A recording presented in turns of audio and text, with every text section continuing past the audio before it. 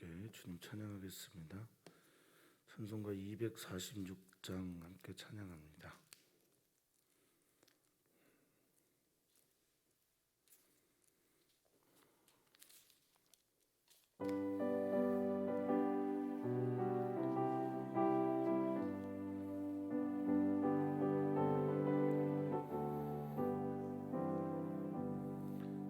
나 가난 복지기 들어가려고 내 무거운 짐 벗어버렸네. 죄 중에 다시 방황할 일 전혀 없으니 저 생명 시냇가에 살겠네. 길이 살겠네. 나 길이 살겠네. 저 생명 시냇가에 살겠네. 길이 살겠네. 나 길이 살겠네. 저 생명 시냇가에 살겠네. 그 불과 구름 기둥으로 인도하시니 나 가는 길이 영통하겠네. 그 요단강을 내가 지금 건넌 후에는 저 생명 시냇가에 살겠네. 길이 살겠네.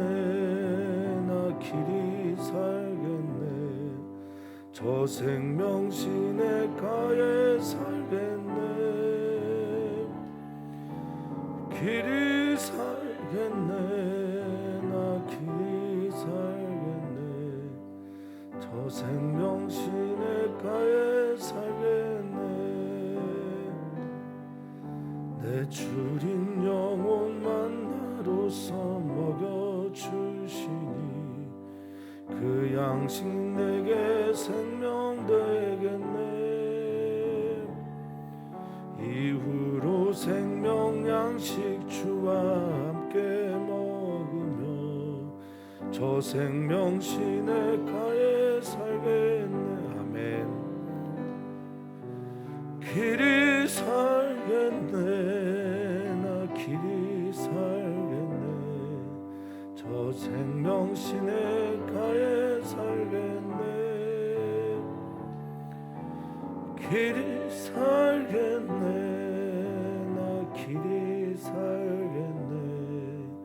저 생명 시냇가에 살겠네.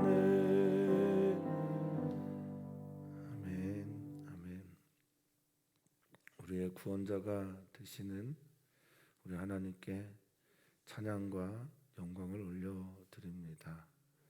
우리를 구원하시고 구원하신 이후에는 구원의 삶이 무엇인지를 가르쳐 주시는 하나님께서 오늘도 구원받은 삶을, 구원받은 자의 이야기들을 우리에게 들려주심으로 우리가 그 백성입니다. 우리가 하나님의 자녀입니다.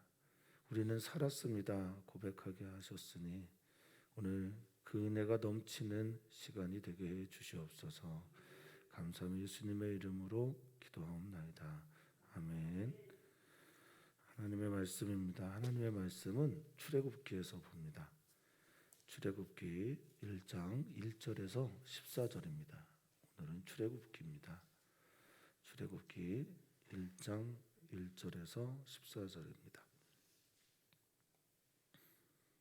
한 절씩 교독하겠습니다. 야곱과 함께 각각 자기 가족을 데리고 애굽에 이른 이스라엘의 아들들의 이름은 이러하니 이사갈과 스불론과 베냐민과 야곱의 허리에서 나온 사람이 모두 70이요 요셉은 애굽에 있었더라.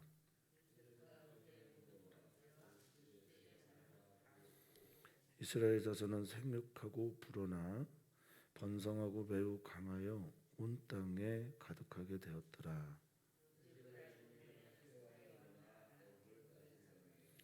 그가 그 백성에게 이르되 이 백성 이스라엘 자손이 우리보다 강하도다.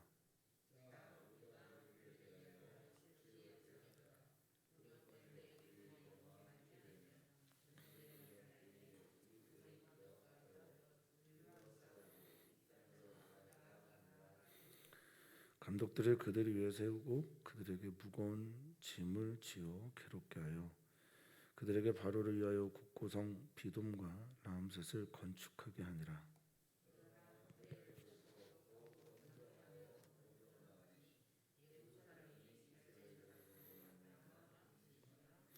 이스라엘 자손에게 이를 엄하게 시켜 어려운 노동으로 그들의 생활을 괴롭게 하니 곧 흙 이기기와 벽돌 굽기와 농사의 여러 가지 일이라. 그 시키는 일이 모두 엄하였더라. 아멘. 아멘. 성경의 가장 중요한 두 가지 사건, 구약으로 보면 출애굽이고요, 신약에서 보면 예수 그리스도의 부활입니다. 어제 부활 감사 주일을 드린 우리가 오늘부터는 출애굽기를 묵상하게 될 텐데요. 구약 성경에 하나님이 이 세상에서 창조 이후에 가장 크게 하나님의 백성들을 위해 사역하신 일들을 좀 주목하게 될 겁니다.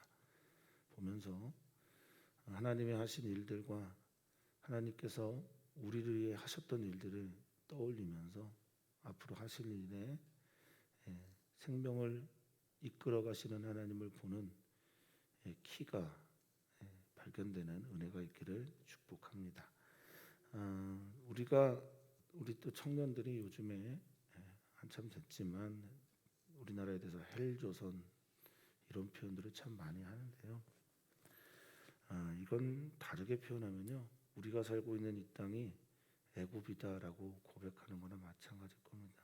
내가 살고 있는 자유를 누리고 있는 곳이 유배지라니 뭐 이런 느낌이 좀 드는데요. 이 시대에 출애굽기를 읽는다라는 것, 출애굽기를 묵상한다라는 것, 그것은 우리가 살고 있는 이곳에서 하나님의 구원이 어떻게 임하는가를 기대하며 사는 것과 다를 바 없는 것이라고 믿습니다. 그때 당시에 하나님께서 하신 일들이 오늘 이 시대에 우리에게 또 우리의 주변에 있는 일들에게 나타나게 되기를 간절히 소망해 봅니다. 노예 근성에 사로잡혀 있는 이들에게 찾아오셔서 참 자유를 주셨던 하나님, 가장 밑바닥에 있어서 별명이 합비루라고 하는 가장 천하고 나그네 되고 버려진 존재 그들을 나는 너의 하나님이다라고 말씀하시는 사건, 이것이 바로 출애굽기의 이야기며 우리는 이 이야기를 읽으면서 우리를 사랑하시는 하나님 앞에 또 우리를 구원하신 하나님 앞에 서는 은혜의 시간이 될 거라 믿습니다.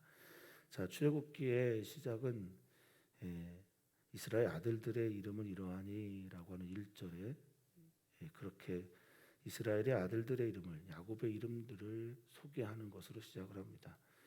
다시 말하면 창세기와 연결되어 있다라는 것을 말하고 있는 겁니다. 1절에 보니 야곱과 함께 각각 자기 가족을 데리고 애굽으로 들어간 사람들. 그래서 출애굽은 입애굽에서부터 시작된다라는 것을 우리는 기억해야 합니다. 창세기의 결론이 이스라엘의 탄생입니다. 이스라엘이라는 이름의 탄생도 있고 이스라엘이라는 지파의 탄생도 있고 이스라엘을 통해서 하나님께서 어떤 나라를 꿈꾸기를 원하시는지에 대한 그것도 있습니다. 하나님께서 원하시는 나라 그리고 하나님이 원하시는 가족은 하나님을 사랑하고 그 사랑은 하나님을 향한 경외로 나타나지요. 그리고 이웃을 내 몸같이 사랑하는데 무엇보다 이스라엘 12지파는 요셉을 통해서 보여준 바 이웃을, 특히 형제를 경쟁자가 아니라 돌보고 사랑해야 될, 내 몸같이 사랑해야 될 바로 그 대상이다. 결국 이스라엘의 소망은 하나님 나라, 하나님이 원하시는 것, 하나님 경외하고 사랑하며 이웃을 내 몸같이 사랑하는 것이 이스라엘 탄생의 단초가 되었고, 그리고 하나님은 그 꿈을 가지고 이스라엘 백성들을 출애굽시키시며 그 비전을 부어주시는 게 출애굽의 이야기라고 할 수 있겠습니다. 그러면 창세기는 이스라엘의 탄생이라면 출애굽기는 이스라엘은 무엇을 해야 하나, 이스라엘은 왜 부르셨나 라고 하는 이스라엘의 정체성에 대한 질문이라고 보시면 되겠습니다. 그래서 첫 마디의 이름을 소개하는 거고, 마소라 본문이라고 하는 히브리 성경에서는 구약 성경이죠. 히브리 성경입니다. 마소라와 septuagint라고 하는 70인역이 서로 다른 번역본을 가지고 우리는 번역을 했어요. 그런데 구약 성경 히브리 성경에서는 출애굽기의 제목이 바로 이겁니다. 이름은 이러하니. 이게 바로 출애굽기의 제목이에요. 이름은 벨레쉐모트라고 하는 히브리어. 이름은 이렇습니다. 이름은 곧 인격이고, 이름은 곧 그 존재이고, 그리고 구약 성경 전체를 통해서 하나님의 이름의 신학이 매우 매우 중요합니다. 하나님을 드러내는 이름, 여훼만 있는 것이 아니라 엘로힘이라고 하는 하나님도 있고, 엘샤다이라고 하는 전능자 하나님도 있고, 여러분 잘 알고 계시는 야훼 이레, 여호와 이레 하나님도 있고, 샬롬 하나님도 있고, 여호와 샴마라고 하는 여호와께서 거기 계시다라고 하는 에스겔서의 하나님 등등, 하나님은 그 이름을 가지고 끊임없이 당신의 존재가 어떠한 분인지를 드러냅니다. 그리고 그 이름들을 소개하심으로 이 인격들, 존재들이 해나갈 일들, 그리고 그 이후의 일들을 말해주고 있는 거죠. 자, 2절부터 4절까지는 야곱의 이스라엘의 12 아들들의 이름을 소개합니다.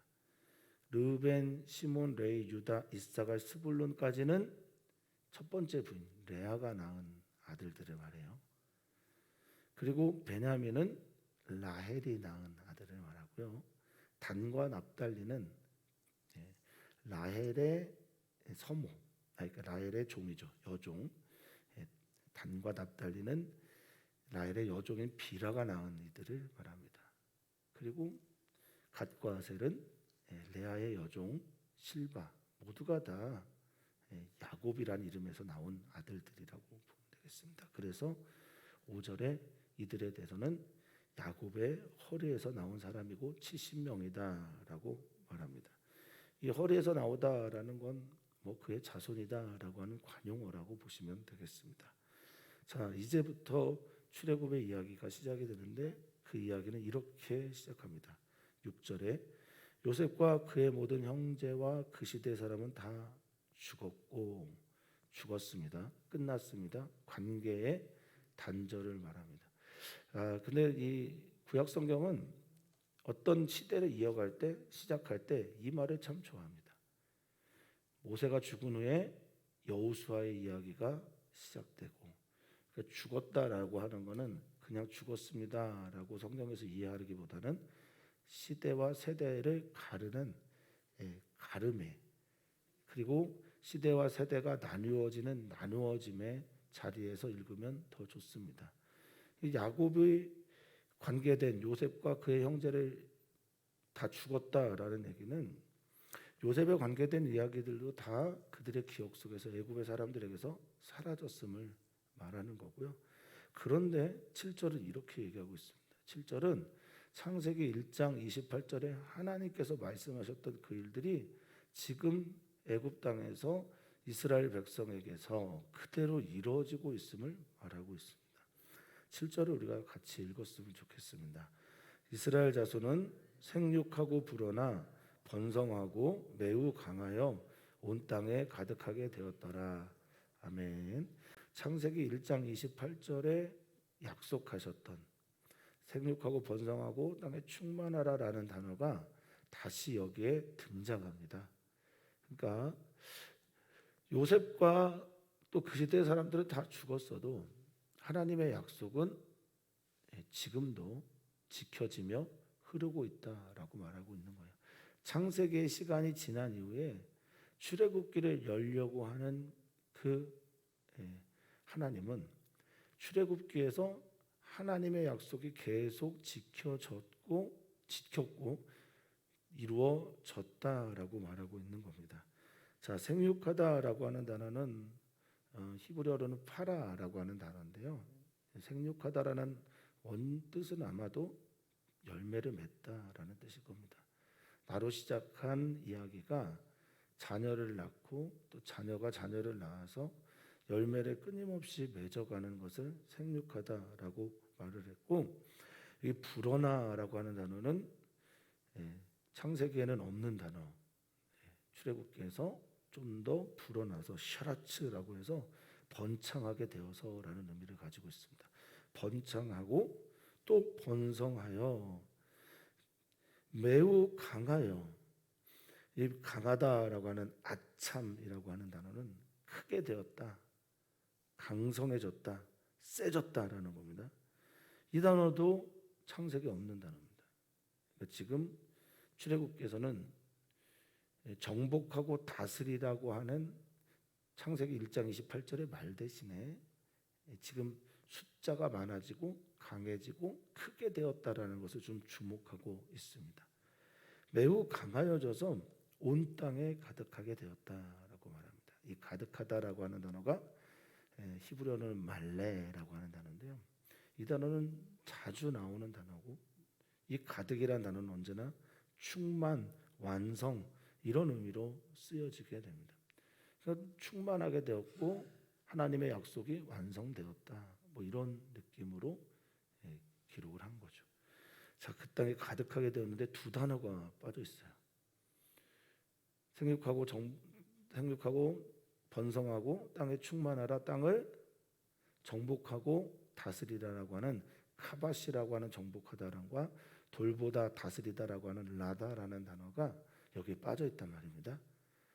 이제 하나님께서 이스라엘 백성들을 위해서 하실 일이 뭔지가 이제 나오는 거예요. 생육하고 번성하고 충만해졌는데 하나님이 정복과 다스림의 의미가 무엇인지를 가르쳐 주는 게 앞으로 출애굽기에서 전개될 것이다라고 우리로 초대하고 예측하게 하십니다. 하나님은 우리로 구원을 이루시죠. 그리고 하나님께서 우리 안에서 정복과 다스림, 하나님의 나라를 이루어 나가기를 기뻐하십니다. 그래서 우리가 하나님의 백성이 되었고 하나님의 자녀가 되었다면 하나님의 다스림, 하나님의 통치, 하나님의 지배, 하나님께서 원하시는 하나님의 방식대로 살아가는 하나님의 나라가 우리 안에 이루어져야 합니다. 이게 참다운 또 다른 구원의 이야기라는 겁니다. 이건 우리가 신학적으로 표현할 때 어떤 경우에는 성화라는 표현을 쓰기도 하고, 어떤 경우는 성화의 끝에 있는 영화라는 표현을 쓰기도 하지만, 우리의 말로 하면 하나님이 계속 우리를 다스려야 된다라는 겁니다. 그런데 출애굽기는 8절과 9절에 보면, 특히 8절을 보면 누가 다스리고 있냐면 요셉을 알지 못하는 새 왕이 일어나 애굽을 다스리고 있습니다. 하나님의 백성이 애굽의 왕에게 다스림을 받고 있는 게 지금 출애굽 이야기라고 보시면 되겠어요. 사랑하는 성도님들은 누가 다스리고 계십니까? 하나님이 다스리기를 축복합니다. 하나님의 통치 아래 있기를 바라겠습니다. 요셉을 알지 못하는 새 왕, 이게 시대의 단절이고 세대의 단절이고 왕조가 바뀌었음을 말합니다. 새로운 왕조가 일어나서 요셉이 베풀었던 은혜, 요셉이 행했던 구원의 이야기, 요셉이 만들어냈던 그 7년의 환난 중에 요셉이 그 땅을 통치하면서 총리로서 했던 모든 일들을 다 잊어버렸던 새로운 왕. 그래서 이 새롭다라는 말이 여기서는 하다시라는 히브리어인데 이건 다르다라는 뜻이 더 강합니다. 완전히 다른 이야기를 하는 새 왕이 일어나 그가 애굽을 다스리게 됩니다. 그리고 새롭게 왕이 된 그는 9절과 10절, 11절에 희생양을 만들고 있는데요. 그 희생양의 대상이 갑자기 인원이 많아지고 있는, 또 불어나고 있는 하나님의 돌봄을 경험하고 있는 하나님의 백성들입니다. 우리가 그럴 때가 있습니다. 아무런 잘못도 하지 않았는데 억압을 당할 때가 있어요. 아무런 실수도 하지 않았는데 압제를 당하는 일이 있습니다. 근데 지금 애굽이 바로 그걸 하고 있는 거예요. 애굽의 바로가 새 왕이 그것을 하고 있습니다. 그 내용이 뭡니까? 9절입니다. 그가 그 백성에 이르되, 이제 통치의 방법으로 선택한 겁니다. 이 백성 이스라엘 자손이 우리보다 많고 강하다. 진짜 많고 강하겠습니까? 이거는 잠재력을 말하는 걸 겁니다. 숫자의 많음이 아니라 많아지고 있고 강해지고 있으니 위협감을 느낀다라는 걸 겁니다. 그래서 10절에 자 하바라고 하는 히브리어인데요. 이거는 오자, 오라, 가자 뭐 이런 관용적으로 쓰이는 감탄사라고 할 수 있겠습니다. 자, 지혜롭게 하자. 이게 이제 그의 첫 마디입니다. 지혜라고 하는 이 호크마라고 하는 단어는 기본적으로는 하나님으로부터 비롯된 지혜여야 참 지혜가 되는데, 하나님으로부터 비롯된 지혜는 반드시 사람을 살리는 데 쓰이게 됩니다. 사람을 사랑하고 사람을 돌보고 사람을 구원하고 하나님과 사람 사이의 다리가 될 때 이 호크마라는 단어가 지혜, 참 지혜로 쓰이게 되는데, 여기서 지혜롭게 하자라고 하는 이 사람은, 이 왕은 하나님께 대항하여 이 지혜를 쓰려고 합니다. 그럴 때는 어떤 일이 일어나냐? 자신의 지혜를 가지고 사람을 죽이고 또 사람을 괴롭게 하고 사람을 밟을 때 쓰게 되는 거죠. 하나님이 우리에게 지혜를 주셨습니다. 그런데 그 지혜는 지금 무엇을 위해 쓰여지고 있는지 우리 하나님께서 묻고 계신 질문이라고 저는 생각합니다. 자, 우리가 그들에 대하여 지혜롭게 하자, 좀 영민하게 해보자, 기매연하게 해보자. 이 지혜가 호크마인데, 이 지혜로 우리가 한번 생각해보자. 결국 여기서 지금 말하고 있는 건 통치자들의 수준을 말하고 있는 거예요. 통치자들이 당시에 출애굽하기 전에 애굽 땅을 통치했던 그들의 수준은 딱 이 정도예요. 뭘 두려워하는지 또 어떻게 통치하려고 하는지를 명확하게 보여주고 있는 본문이라고 보시면 되겠습니다. 자, 두렵다, 걱정된다, 염려된다. 이게 이제 팬이라고 하는데 아마도 이런 단어도 있습니다. 그러니까 히브리어 팬이라고 하는 두렵건대로 번역된 이건 아마 이런 말일 겁니다. 아마 그들이 더 많아지게 되면 전쟁이 일어날 때 우리 대적과파여 우리와 싸우고 이 땅에서 나갈 것 같다, 이렇게 말을 하고 있습니다. 여기 이 땅에서 나가다라고 하는 이 말, 자기 자신을 위해서 자기의 백성들만 생각하고, 그래서 이 사람들, 지금 히브리 민족, 이 사람들을 우리가 그러면 어떻게 해야 될까? 누구와 내가 전쟁을 하게 될 때 내 편이 되지 않을 이 사람들에 대해서 우리는 어떻게 해야 될까? 어떻게 해야 됩니까? 어떻게 해야 지혜가 되겠습니까? 그들을 잘 돌보고 사랑으로 케어하고 서로 합력하고 화해하면 내 편이 되는 건데, 이들은 어떻게 하죠? 이 땅에서 나갈까? 이 나가다라고 하는 말이 알라민이라는 단어인데요. 이 알라민이라는 단어를 쓸 때는 탈출하다, 뭐 정복하다, 대항하다, 떠나다 뭐 이런 등등의 단어로 바뀌게 됩니다. 근데 이 알라민이라고 하는 단어가 그래서 뭐 쿠데타를 일으키다, 폭력적으로 저항하다, 이것들을 지금 왕은 걱정하고 있는 겁니다. 그게 걱정되면 사랑하면 됩니다. 화해하면 되고요. 화목하면 됩니다. 용서하면 되고 이해하면 되고 풀어주면 됩니다. 한번 생각해 보면 기업이 잘 사는 나라면 기업 안에 있는 사람들이 밟히는 나라입니다. 사람들이 너무너무 잘 살게 되는 나라라면 그 사람들이 잘 살게 되면 그렇게 살지 못하는 사람들은 더 힘든 나라가 되는 거죠. 지금 이들이 말하고 있는 게 바로 자기의 이익, 또 자기가 두려워하고 전쟁이 나게 될 때 우리가 어떻게 될까를 걱정하면서 그들이 택한 지혜는 11절에 보면 이겁니다. 감독들을 그들 위에 세우고, 이 감독이라는 말은 여기서는 서 있는 사람을 말합니다. 나차부라고 해서 항상 옆에 서 있는 사람, 감시자죠. 그러니까 감시하는 사람들을 세우고, 그러니까 그들이 무슨 행동을 하는지 지켜보고 자유를 뺏고, 그리고 그들을 하나로 이렇게 조각하고 그들을 위해 세운 다음에 무거운 짐을 준다. 그런데 여기 무거운 짐이 세발라라고 하는 단어인데 고역입니다. 노동이고, 또 내가 질 수 있는 짐에다가 짐을 하나 더 얻는다라는 뜻을 가지고 있어요. 그러니까 짐을 짓고 짐을 지우고 더 짐을 세워서 괴롭게 하는데 네가 감당하는 짐보다 일을 더 시킨다는 뜻입니다. 이게 당시의 제국의 특징들이에요.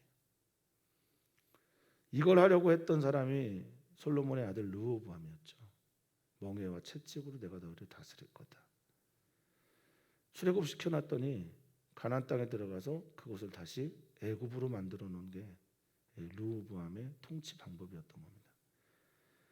무거운 짐을 지어서 괴롭게 하다, 힘들게 하다, 아프게 하다라고 하는 아나라는 단어를 써서 그들의 무거운 짐을 세발라라고 하는 더 무겁게 하고 더 아프게 하고 더 고역을 줘서 완전히 노예의 노예로 만들겠다, 괴롭게 하겠다. 그래서 일을 더 시킵니다. 지금도 일이 많은데, 그래서 고센 땅 근처에 바로를 위해, 왕을 위해, 이 바로가 이제 처음 출애굽께서 등장을 하는데, 이 바로는 큰 집이라는 말입니다.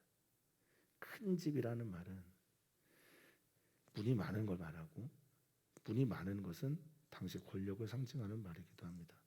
또한 이 큰 집은 성전을 말하기도 합니다. 성전에 사는 집이 누굽니까? 하는 사람이 누굽니까? 그래서 자기가 태양의 아들 신이다라고 말하는 게 바로 이 바로에 담겨져 있는 뜻입니다. 바로가 신이 되고 자기의 이름을 높이고, 그리고 바벨탑을 쌓고 결국에 선악과를 따먹으면서 뱀이 유혹한 그 이야기가 뭡니까? 너 하나님이 되는 거야, 신이 되는 거야 라고 말하듯 그 존재가 바로 바로로 형상화되어서 우리 가운데 나타납니다. 그가 자신을 위한 국고성, 창고입니다. 창고, 또 나라의 여러 가지 물품들을 보관하게 만든 성들을 짓게 합니다.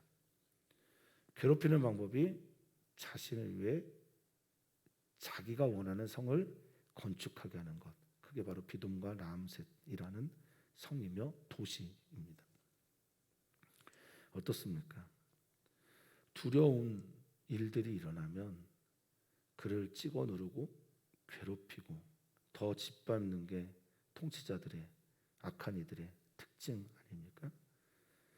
자, 그런데 성경은 이렇게 말하고 있습니다. 12절. 그러나 할렐루야, 세상은 하나님의 방법대로 되어지지 통치자들의 방법대로, 악한 자들의 방법대로, 바로의 방법대로 되어지지 않습니다. 이 그러나를 믿음으로 고백하는 여러분들이 되었으면 좋겠습니다. 그리고 그러나 이후의 세계를 볼 수 있는 우리들이었으면 좋겠습니다. 그들이 학대를 받으면 받을수록, 이 라츠라고 하는 학대는 억압, 압제, 고생, 압박, 짓밟음 등을 말합니다. 그들이 짓밟으면 짓밟을수록, 그들이 학대하면 학대할수록, 억압하면 억압할수록, 압제를 더하면 더할수록 어떤 일이 일어납니까? 성경은 뭐라고 얘기했습니까? 더욱 번성하다. 할렐루야. 창세기부터 출애굽기까지 하나님께서는 악한 이들의, 하나님의 백성을 향한 끊임없는 밟음과 억압과 유혹과 또 수많은 사건들 속에서도 하나님의 일들을 계속 하고 계시다라는 것을 말씀하고 있는 거고, 오늘 이 시대에도 하나님은 우리들을 위해서 그 놀라운 일들을 행하고 계심을 믿습니다. 더욱 번성하며 오히려 번성과 함께 퍼져나간다라고 말합니다. 더 확장되어 나갑니다. 이 퍼져나가다라고 하는 단어를 또 새롭게 쓰는데 파라츠라는, 파라츠라고 하는 히브리어는 기본적으로 흩어지다입니다. 근데 흩어지면서 동시에 더 증가하는 겁니다. 흩어진 곳에서 부흥을 경험하는 겁니다. 이 사도행전의 역사와 비슷하죠. 하나님을 믿는 교회를 핍박하는 그런 이들이 핍박하면 핍박할수록 이들이 흩어져서 뭘 합니까? 복음을 전해요. 사마리아 가서 복음 전하고 안디옥 가서 복음 전하고 곳곳에 흩어지면 흩어질수록 더 퍼져나가는 게 하나님 나라 역사임을 믿습니다. 학대가 하나님의 백성을 완전히 사라지게 할 수 없습니다. 하나님은 오늘도 하나님의 약속을, 하나님의 일들을 이루어 가십니다. 그래서 그들의 이 학대 속에서 더욱 번성하고 퍼져나가는 일들이 12절에 근심을 만들어냅니다. 자, 10절에 지혜롭게 하자, 자 와서 보자, 와봐라 라고 말하고 지혜롭게 하자라고 말해서 지혜롭게 자기들이 했던 그 통치의 방식이 무엇으로 결론이 나옵니까? 근심으로 결론이 나게 되는 겁니다.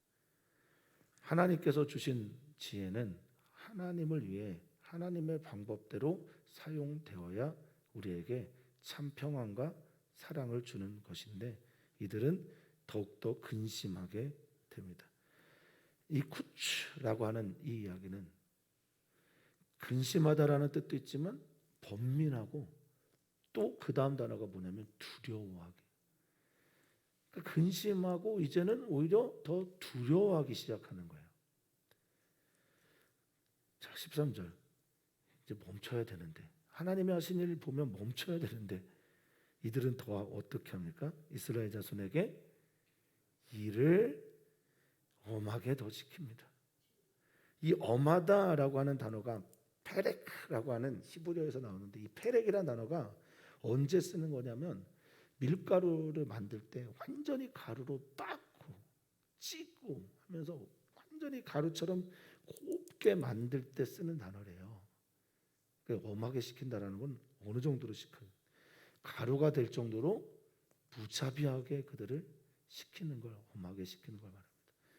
그래서 바로가 나온 11절과 또 출애굽기를 읽으면서 우리가 계속해서 주목해야 될 또 하나의 단어가 13절과 14절에 나오는데 이스라엘 자손에게 뭘 엄하게 시켰다고요? 일을 엄하게 시키고 또 14절에 어려운 노동 그리고 일 계속 반복됩니다. 바로는 일 시키는 자예요. 출애굽기에서 노동을 시키는 자입니다. 근데 그 노동이 대상이 누구죠? 바로를 위한 일을 계속 시키는 사람입니다. 바로를 위한 일, 자기를 위한 일을 시키면서 억압하고 압제하고 누르고 짓밟아서 자신 외에 다른 신이 없다고 얘기하는 게 바로 바로의 태도였습니다. 자, 똑같이 이 일은 아보다라고 하는 단어, 아바드라고 하는 단어에서 온 아보다라고 하는 건데요. 이게 나중에 하나님 앞에 서면 뭐가 됩니까? 이 아보다와 아바드는 예배가 됩니다. 그래서 이 단어를 조금 주목해 보셔야 돼요. 단어를 쓰면서 동시에 그 대상이 누구냐, 목적이 무엇인가에 따라서 이 아보다라는 단어는 예배가 되기도 하고 노동이 되기도 하는 겁니다. 그래서 바로는 노동을 시키는 사람, 일을 시키는 사람, 일을 만드는 사람, 일을 통해서 억압하는 사람이고 하나님을 만난 똑같은 단어 아보다 또는 아바드라는 단어는 하나님께 예배하다라는 게 되는 겁니다. 대상이 누군가에 따라서 완전히 바뀌게 됩니다. 사랑하는 성도님들의 모든 일은 누구를 위해 하시는 겁니까? 우리가 하는 이 모든 예배와 또 봉사와 심지어 내가 밖에 나가서 하고 있는 일터에서 만나고 있는 수많은 일들은 무엇을 위해, 누구를 위해 하고 계신 겁니까? 주님을 위해 한다면 그것은 아보다 일이 노동이 아니라 하나님께 하는 예배가 될 것입니다. 더 엄하게 시켜서 14절에 어려운 노동을 만드는 그들의 생활을 괴롭게 합니다. 이 괴롭게 하다라는 단어가 쓴물 할 때 나오는 바로 그 단어 마라입니다. 마라르라고 하는 쓴물로 만들고 마시지 못하게 만들어서 노동의 종류를 흙이기, 벽돌 굽기, 농사 여러 가지 일을 시킵니다. 그래서 그 일을 통해서 자기 손안에 넣고 통제하고 괴롭히고 노예를 만들고 진짜 그야말로 헬 같은 애굽을 만들어내는 겁니다. 이게 출애굽기의 배경입니다. 어떤 걸 읽으셨습니까? 어떤 게 들리십니까? 오늘 출애굽기를 우리가 보면서 만약에 출애굽기에 만들어내고 있는 이 상황들이 우리의 상황과 비슷하다면 소망은 오직 하나님밖에 없습니다. 하나님의 구원의 여망은 없습니다. 하나님의 구원의 이야기를 만들어갈 리가 없습니다. 출애굽의 이야기를 시작하면서 하나님도 알지 못하고 그들에게 은혜를 베풀어줬던 요셉의 이야기도 알지 못하고 새 왕이 일어나서 그는 그들의 왕국, 그들의 제국, 그들의 시스템, 그들을 위한 것들을 만들어내는데 우리 하나님은 하나님을 위한 하나님께서 주시는 사랑의 자유를 위한 그 여행을 시작하게 됩니다. 자기가 절망의 존재라는 걸 모르는 사람은 결단코 하나님의 은혜, 구원 이것의 가치를 알 수가 없습니다. 애굽 땅에 살고 있는 이들은 하나님 외에 자기를 살릴 수 있는 존재가 없다라는 것을 알아야 비로소 하나님의 구원의 참 은혜를 맛보게 될 것입니다. 오늘 우리는 오늘 말씀을 생각하면서 기도합니다. 남성 여성 교회 남성 지체들과 여성의 지체들 어른들을 위해 기도합니다. 일하느라 얼마나 고생이 많습니까? 그 일들이 만들어내는 그 풍경들이 얼마나 우리를 상하게 합니까? 그 속에서 우리 남성 여성 지체교회 성도들을 일으키는 하나님의 은혜가 있기를 간절히 소망해 봅니다. 또한 우리는 기도합니다. 대한민국과 또 한국교회를 위해 기도합니다. 부활주일 후 첫날인데 부활주일에 주시는 그 은혜를 누리지 못하고 우리가 사는 건 아닌지 우리를 돌아보게 됩니다. 그 은혜를 누리는 우리 모두이기를 바랍니다.